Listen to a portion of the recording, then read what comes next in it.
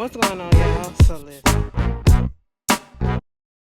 What's going on, y'all? So we are back again for another episode review of Married to Medicine. This season 8, episode 4, Home Court Advantage. Okay, so we start the episode off with Michael and Dr. Simone. They're driving. She's critiquing him on how he's driving and everything, being the mom and stuff like that. You know, taking him to like a home goods place or whatever to get some supplies for him because he is about to go away to college. And, she just worried about how he is going to be on his own because he's spoiled. And we saw this throughout the seasons of him being taken care of, then basically not really, is that a new shirt that I didn't realize I had? I gotta go through my stuff. Anyway, I'm sorry. I just got distracted real quick. I'm so sorry. But no, basically, she just worried if he gonna be able to take care of himself because, he's always had somebody else to do it for him. And he's talking about somehow he's a good cook and everything that he's talking about that he's cooking or whatever is stuff that you put in the microwave or in the oven. Okay, frozen stuff that you put in the oven or the microwave. DiGiorno pizza, stuff that you put up in the microwave and shit like that. But let me tell you something. Them DiGiorno pizzas, you get the right one, they be busting, okay? But put a little butter. Ooh, girl. Anyway, I haven't had one in a long ass time. I'm doing good, y'all. Just in case y'all want to know. Well, let me stop because I had Taco Bell the other day and I had McDonald's today. I felt like a fat bitch this weekend. Like I really did. But, I just I'm gonna get back on track, okay? I ain't had that much, but you know what I'm saying? I've been doing good. You know what I'm saying? But anyway, get back to this whole episode. They talking about some, they want to have this basketball game, the kids versus the adults, okay? And they're going to have it at Dr. Heavenly's place. They already talked about them getting back together, being cool. And, Simone called her up. She was like, cool, we can have it. Okay. Back in the day, they had it before and the adults won. And now the kids are a little bit older. They at one point was talking about the other son, which I can't remember his name, who took a leap year, basically took some time off from school to figure things out, and he's working full-time somewhere else, and she want him to go back to school. Okay, she basically got him on a deadline. So they're gonna do this basketball game thing, and they're talking about who they want to invite, and Michael says that he wants Dr. Jackie to be there. Like he said, Dr. Jackie is basically his favorite. Dr. Jackie had delivered him and everything, so they got history. And it just makes me so sad. Like, you don't want to get invested, but when you start something off and you just like the dynamic between these two people when they first started off, you just never thought that something could break them up, and I feel like more so that regardless of the issues that's going on, I think it's more so about the fact that they on TV, that probably and people putting their nose in their business and making things bigger than it is or whatever. That's what led to the rift being as big as it is. Cause 20 plus years, y'all can't get over this little stuff. I don't feel like what they're telling us is that big of a deal for them to not be able to get over in the amount of time that we haven't seen them. You know what I'm saying? And I know they're two headstrong women, and it really sucks that they can't get over this little hump that they having, because we know, because we're imperfect humans, in every relationship there is going to be a breakdown, but it's the way that we have to communicate to get back if we really want to get back to that place of harmony. You know what I'm saying? Oh, bitch. That was beautiful what I just said. Girl, I be teaching y'all sometimes, okay? It be common sense shit, but I'm gonna make it seem like I'm a little smart. I gotta get my PhD up in psychology.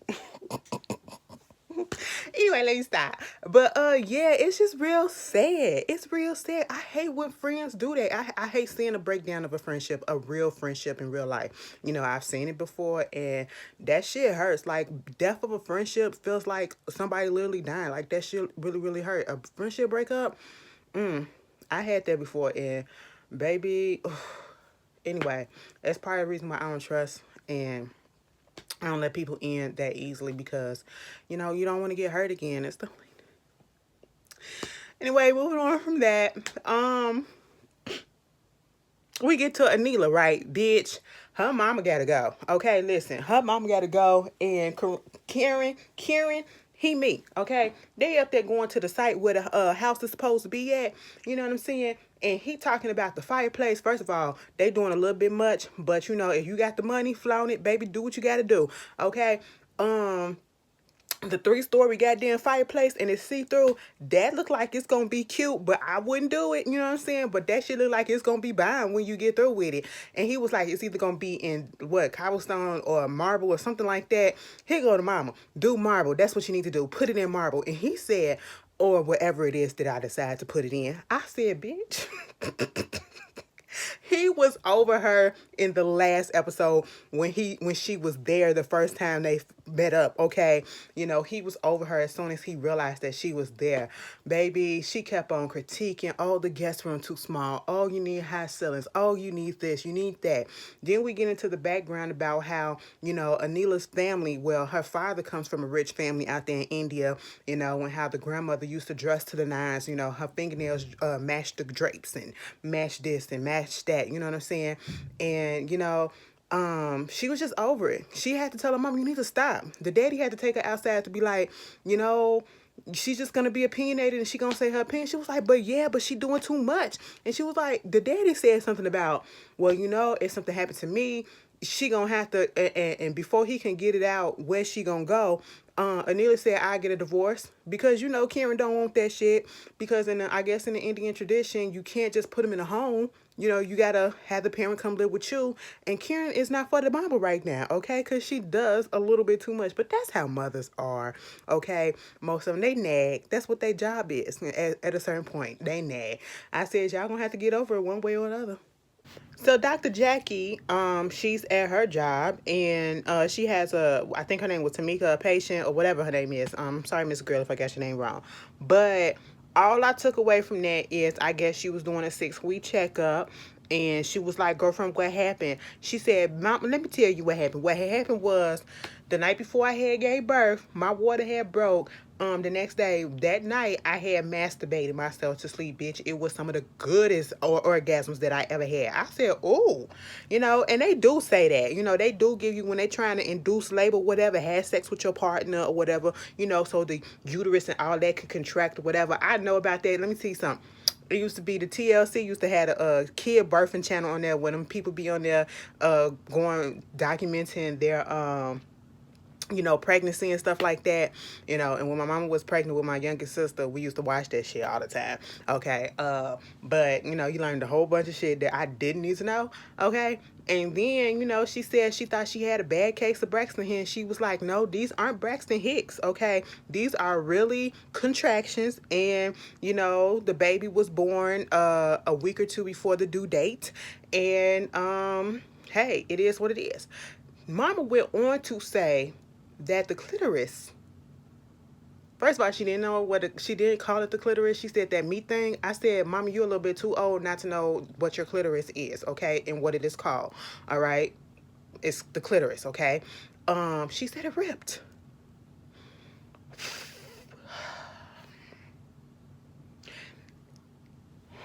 Now I know that sometimes rippage happens when people, not people, but women have vaginal birth and, you know, down at the bottom where the vagina at the hole. I know about that.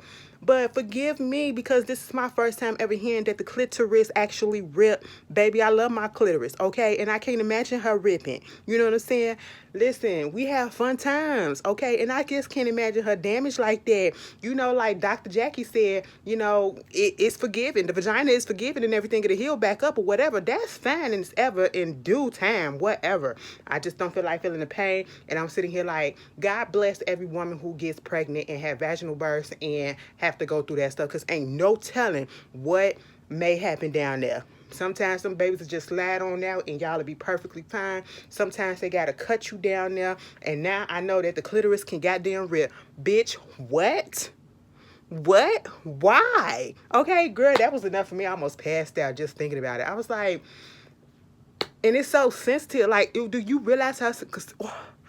Oh my God, your little fun parts are just really sensitive sometimes. Like, it's so many nerve endings down there, and oh my God, and it just rips. Oh, Lord Jesus Christ, I'm shaking. Okay, Ooh, no, let me cross my legs. Anyway, so we move on from that, and we get Toya trying to have a little fun time with Eugene, and they get up in the tub, and I was like, I was surprised that they both can fit up in that tub together. No lie. Somebody gonna tell me something. So when we can get up in the tub together and all this stuff, I said, bitch. Now you know damn well what type of tub is it? Is it a jacuzzi tub? Because all of this and it ain't gonna work, bitch. Okay, ain't no space. I'm gonna take up all of the circumference. All right, let me slim down a little bit before we do some shit like that. Moving on from that, that was back in the day. You know what I'm saying? But I was like, this is cute or whatever. He needs to relax and all this stuff, but he also chose this time to basically tell Toya about herself. You've been snapping off on people and doing the most lately. Yes, I did say I wanted a woman with a backbone, but baby, you doing a lot, okay? I need you to, you're going to come at me a little soft sometimes, okay? Because you've been doing the absolute most. And that's basically what it is. She understood where he was coming from, and, they got past it, and they went back to their little lovely-dovey time, okay? So we get into Dr. Heavenly. Her son Zachary, he's there. He just got his real estate license. He's 19 years old. He's a pre-med student, I believe. He's looking for houses to flip and stuff like that. But that's besides the point. They get into this conversation about Black Lives Matter because he just so happened to have on a t-shirt that says Black Lives Matter. And she was like, what is your definition of it? You know what I'm saying? Since you're wearing it and all this stuff. And he gives it, the systematic racism and injustices that, black folks has been, treated and going through and all that stuff. We get what it means. And I'm sitting here like, I'm not going to lie, this conversation between Dr. Heavenly and her son, it didn't seem real at all. Okay, you just randomly start talking about this like that, like you don't know what it means and all this stuff, like you haven't been talking to your son about this stuff because he is a black man in this world and he has to go out into society, and he's dealing with real estate, he's dealing with a lot of money and stuff like that, you know what I'm saying? And anything could happen. You mean to tell me this is the first? I know it's not the first time, but the way that they brought it up, it just felt a little contrived, okay? And then for her to segue into, well, how do I talk to this girl up in my group? She's Indian and she's trying to say that, that same thing means the same for us brown folks. We go through the same thing and all this stuff, whatever, because she's Indian.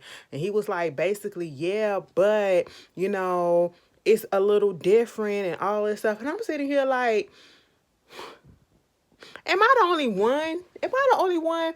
Like, it just didn't seem real. Like, you really had to think about that and get somebody else's opinion to, bring this up and to approach this girl about what to say. Like, but I did like the analogy that she gave. She brought it back down to her dental practice. When somebody has a tooth that is bothering them, out of all the 32 teeth that's in their mouth, we focus on that one tooth that is bothering them because the other ones aren't. They're okay, so we don't need to focus on them. And that's what it means when we're talking about Black Lives Matter, okay? We know all the teeth matter, but at this particular point, it's only one that's being irritated. So that's the one that needs to be have the intentions, the attention on. Same thing with black folks. You know what I'm saying? We get that concept. The All Lives Matter crowd, they don't. So that was a good analogy how she brought it home with, her dental practice and everything, what she's into. But I still felt like, girl, you already know what you need to say to this girl. Okay. Moving on from that, I said, Anila, a all lives matter type of chick. Is that what you was trying to say? Girl, speaking of Anila, she calls Contessa to try to talk to her, want to talk to her, whatever, about what happened at the Rocky, I hope I'm saying it right, dinner or whatever celebration. And, they meet at Piedmont Park and they're talking. And she was like, the way that you left, and I just felt a little disrespected by you. You disrespected the whole thing. I'm sitting here like, you feel disrespected when you try to insert yourself into something that you had no full knowledge or background on. And like Contessa said, you're just here for Toya. Like, you're only on Toya's side. I don't know if she really, I'm not going to say she's 100% on Toya's side, but you're only getting Toya's side most likely because you started off friends with her. And I'm pretty sure Toya then told you some stuff. You know what I'm saying? And so you made it into your psyche or into your being to want to be the peacemaker and try to insert yourself in thinking that these women will make up right here at your dinner. No, it don't work that way. They've been going back and forth for the past 3 years, okay? 2 or 3 years since they've been on this damn show. You know what I'm saying? They're just not in the cards for them to be cool, okay? You know, you don't come in and insert yourself into shit that's already been going and thinking that you're going to be the one that's going to get them together, you know? So, like Contessa said, no, bitch, you brought that on yourself, okay? You did that to yourself, all right? And then, you know, trying to say that she disrespected her mom because she felt like she was almost trying to attack her mom. And I said, bitch, attack your mom. Where? See, I can't stand when people do stupid shit like this, okay? Like, I understand we got a differences of culture. And like Contessa said, we in America, but still, your culture may be different from my culture, but even if the cultures are different, your mom is the one that got up and went to Contessa and was grabbing all on her. And Contessa told her, please let me go. Please let me go. I don't want to yank away from you. Please let me go. And she kept pulling at her arm. So who was doing what? It wasn't Contessa. Contessa was trying to walk out of there, okay? And then you're trying to say that it's disrespectful in Indian culture to not finish your food and before you leave. And I understand that, but you set this whole shit up, to be quite honest. Be pissed at yourself. But Contessa, you know, she apologized for her actions. She apologized and they hugged it out. Bitch, you weren't disrespected, okay? You just inserted yourself into shit that had no, you had no business being in, okay? Like, stop it. So, you know, it's time for the basketball game. Everybody shows up at Heavenly's house. You know, they invited Kieran and Anila, Toya, and Eugene. Dr. Jackie was invited, but she said she was on call for the next 3 days. But, you know, she would let Curtis know, and Curtis did show up because Curtis and Michael do have a little special bond in basketball, and he, you know, told us one of his little stories about a basketball game that Michael told him to show up at, and when he showed up, there was nobody there. Okay. But you know, they showed up and Contessa shows up. Everybody shows up. It was cute when Michael and Miles, that's the son's name, the other son's name, and his friends saw Alora, okay, Heavenly's daughter, and he was like just looking, okay, and Heavenly was like, don't be looking at my daughter. Listen, we just got back being cool. Now we ain't finna be parents and in-laws and stuff like that. But that was funny to me. What I'm just being through this part because at this point this ain't even nothing. But what got me was when Anila went over there to talk to Toya. Okay, Toya, first of all, Simone is handing out the t-shirts. Heavenly was like, damn, Simone, you couldn't even put names on the damn shirts. You was being lazy. Simone was like, yeah, I was being lazy or whatever. Here go Toya. This don't even go with what I got on or whatever. This gonna clash with what I got on. Bitch, first of all, I don't even think she playing in the game. She just gonna be on the fucking sideline. So don't nobody care. Okay? Second of all, she goes over there looking at the food, you know, and once again, she's complaining. And this is what I don't like about Toya. And this is why people go in on Toya and they say that, bitch, you have nothing else to do, okay? They say that shit about her because the issues that she complained about, the things that she gets upset about, is so minimal, it's so petty compared to what everybody else is doing. That shade, that hold on, let me, before I get into that, because I'm just thinking about them t-shirts, you know what I'm saying? Simone said, yeah, I was lazy or whatever, but no, I was busy, you know. Some of us have to work past 2 p.m. And then gonna arm bump Dr. Davis like, we get it, we get it. Here go Dr. Heavenly. Diddy. Don't agree with her. Don't do that with her. It was funny, okay? But back on Toya. You know, this is why people always saying that the bitch ain't got nothing to do, because you just sit there and complain and the shit that she be concerned about be some little small ass minimum shit while everybody out here really doing stuff, okay? And you out here in your feelings because there's no goddamn forks, but yet you did have a fork up in your hand and napkin about the food, and because the food is where it's at and all this stuff, and you want to throw shade and shots. I can't stand Toya sometimes, okay? She just irks me. And then when Anila comes over there trying to tell her, well, I talked to Contessa and I told her she was being disrespectful and all of this and woo woo woo. She apologizes, seemed very sincere. Oh, she always apologizes. She always says, if you want to be friends with her, be friends with her. If that's what you want to do, with all this attitude and stuff like this and woo woo. But if you ain't got no issue with me, why you keep on talking about it? And I didn't like the way Anila presented it, talking about as if Contessa was trying to tell her some information about what went down between them and that she was just talking about Toya, because you saw how she tried to clear it up and say no, she was just trying to say that she's done with the situation. Well, if you done with it, why you keep trying to talk about it and all this stuff? Toya, shut up. Like, Toya annoys me so much because out of all the women and everybody on this cast, she is the least, like, she does absolutely nothing. You do nothing but bring drama because you is bored. You're bored, so you make up issues where there does not need to be any, And I'm just like, find yourself a fucking job, bitch.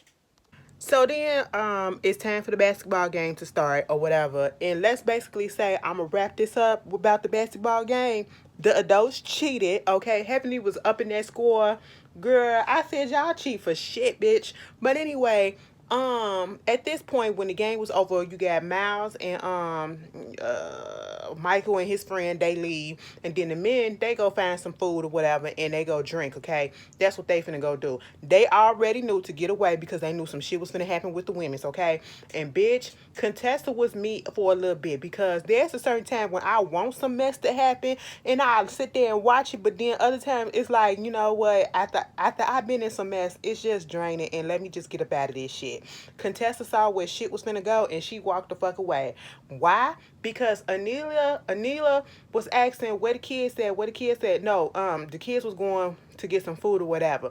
They went in the house. Kieran took them. You know what I'm saying?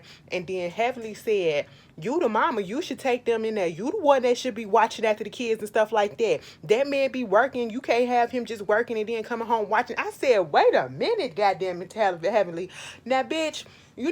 Sometimes I can kiki with your ass, and sometimes I gotta be like, bitch, what the fuck? Your social cues be off, okay? Your social cues be off, and then Dr. Simone gotta make up an excuse like she don't go good with new people, and they go through the history of her coming at the new people in the group, including Contessa. I remember that shit. Remember when she used to call Contessa Contessa, or Contessa? Girl, yeah. Listen, I'm sitting here like, nah, Heavenly, that was way off. You didn't need to do that, And Dr. Simone was like, I don't know if Anila gonna be able to hang, okay? She might just go running. And Anila said, when both parents work 50-50, when they both work, everything is 50-50. Here's Heavenly. So you work? I said, bitch, I would have cussed your ass out right then and there. I am fucking sorry. I would have cussed your ass out right then and there. She was like, yes, I'm a blogger. Oh, so you a blogger? I didn't know that was a job. They get paid for that. One of your good Judies is a goddamn blogger and they get paid from it. Funky is a fucking blogger slash blogger, whichever you want to call it. The shit that we do, bitch, you get a YouTube check too, okay? It may not be writing stuff down or whatever, but bitch, you get checks from blogging and shit. You was just trying to be shady, okay? Of course, Toya had to say something about it because at this point, Heavenly said, Toya, maybe you should be a blogger too, because I ain't know you get a check for that shit. And then Toya was like, bitch, don't nobody want you to be no blogger. Don't nobody want you to be no blogger. Ain't nobody finna be listening to you or whatever. Truth be told, Heavenly's she got her own little YouTube channel, and I just went to go check. It's almost at $80,000, $80,000, 80,000 subscribers. So they be watching, okay? And she just did that Melody Holt interview. I haven't watched it yet. Don't even know if I'm gonna watch it because I'm kind of tired of the drama between them. After I sent the Funky, that was enough. But it got over 100,000 views. Okay, so hey, somebody watching. Truth be told. Toya up there to get it to, they go back and forth because then Toya started saying, bitch, you just trying to beat me and you want to do what I do and be what I be. I'm like, bitch, what the fuck? What do you mean? Okay, you go into this closet situation and oh, you got a 3-story closet. Oh, you got a fire pit outside and blue, blue, blue. Girl, Heavenly said this shit was hip when I first bought this house 20 years ago. What about yours? Okay, you just got your shit. I need her to sign an NDA before she come up into my house because she might take stuff and woo, woo, woo. And I'm sitting here like, Oh my God, Toy, don't nobody want to be your ass, okay? Don't nobody want to stay home with no badass kids and do nothing and complain about what I don't have, what I do have, what it's not happening because my husband is at work and he ain't giving me no attention. He out here saving people's lives, but he can't take me on the trip to Italy for our anniversaries because it's COVID. That was her this whole season, and it's only 4 episodes in. You know what I'm saying? So, like, all you done this whole season is complain. And I'm sorry that I had to go in on her, but she annoys me right now. She is annoying me because everybody else has something going on. And when it compares to her, her shit is so frivolous, okay? Even Anila got shit going on more than she do, it seems like, you know? And I don't hear her complaining as much, you know what I'm saying? And so here comes Heavenly using the shit that Quiet said bitch against her. Well, you getting money from this or whatever. I can bring Quiet in about the receipts or whatever. You owe this and you taking out this. I said, goddamn. Goddamn. You know, and here we go. I said, Contessa, you was right to walk the fuck away because Contessa would have somehow got involved and then would have turned back to Toya and because you know Contessa can't keep quiet sometimes. She got to put her 2 cents in too. And wanted to play the so-called peacemaker as well. Bitch, no, just walk the fuck away. So, you know, they go back and forth and she brings up the way that you got this person loan to get your house and all this stuff. Quiet said this.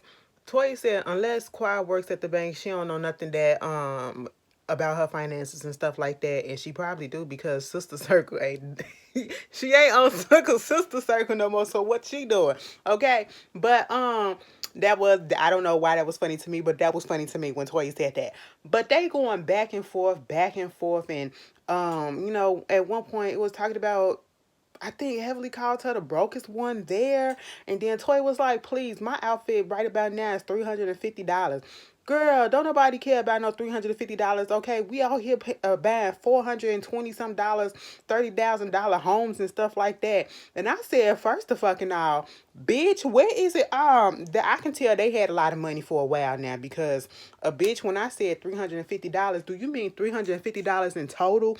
Meaning, shoes, socks, pants, and shirt included, including the bra? Because bitch, if you talking about just a couple of garments and it all is equal to $350, that's a lot of goddamn money to be spending on some clothes. Okay, bitch. Let me tell you something. My shoes, girl. Let me tell you something. It's a lot. It's a lot. Okay. No, okay, you know what I'm saying? I'm a frugal bitch. I can make that work, you know what I'm saying? I can do that easily, but will I? No, bitch, Ashley will catch a sale in a minute, 50% off, 40% off. Girl, give me all of the discounts, okay? Fuck that. But I know she was trying to make a point, but they going back and forth, and next thing you know, Heavenly flipped to Anila and said, bitch, let's talk about what I really want to talk about. You and this Black Lives Matter shit. I said, oh my goodness. Now, granted, I understand that there comes a point where we need to sit down with Anila at one point and to clear up the whole situation that happened that I don't even remember happened at the first episode, but I don't even know if they showed us that. Where she was trying to basically, I don't know if she was trying to equate to the same struggle, but Anila was trying to make it seem like she get it, okay? I can never compare to your journey and what y'all been through, you know, black people. What she was trying to say was black people paved the way for us to be out here and to speak our truth and to stand up for ourselves or whatever. Here goes Toya. You ain't paid the way. Heavenly ain't paid the way for nobody but herself. Stop stalking my Instagram. And first of all, Toya, you need to shut up because you don't have etiquette. All right? You don't invite somebody else to something that you was invited to without asking. Okay? So you shut the fuck up. She brought a stranger in the time of COVID, like Heavenly said, to Heavenly's house. We don't know where that bitch been and her kids. Okay? But anyway, you know, Anila got her struggles. Heavenly got her struggles. Black and brown. Yes, we are all persecuted, but in this particular moment, you know, black people was the ones that's getting it worse, okay, during this time, okay. You know, now it's the Asians and black people still getting it, but now it's focused on the Asians or whatever. So yes, we can understand your plight and struggle, but I do not feel that Heavenly should have brought that shit up at that particular moment. Not in no heated discussion where y'all was going back and forth and it was a whole bunch of animosity. If you really wanted to tell her and try to educate her, which I'm so tired of trying to educate us, having to educate people, you know, as to how to treat us and where our plight and our struggle and where everything is coming from. I'm so tired of that. But you know, Anita was like, I already know, okay? But you should have did it at a different time. Not at that moment, Heavenly. Bitch, when I tell you social cues is all, social cues are all. But anyway, that was the love. Oh, Married to Medicine. Y'all tell me how y'all feel about it, and I'll see y'all later. Peace.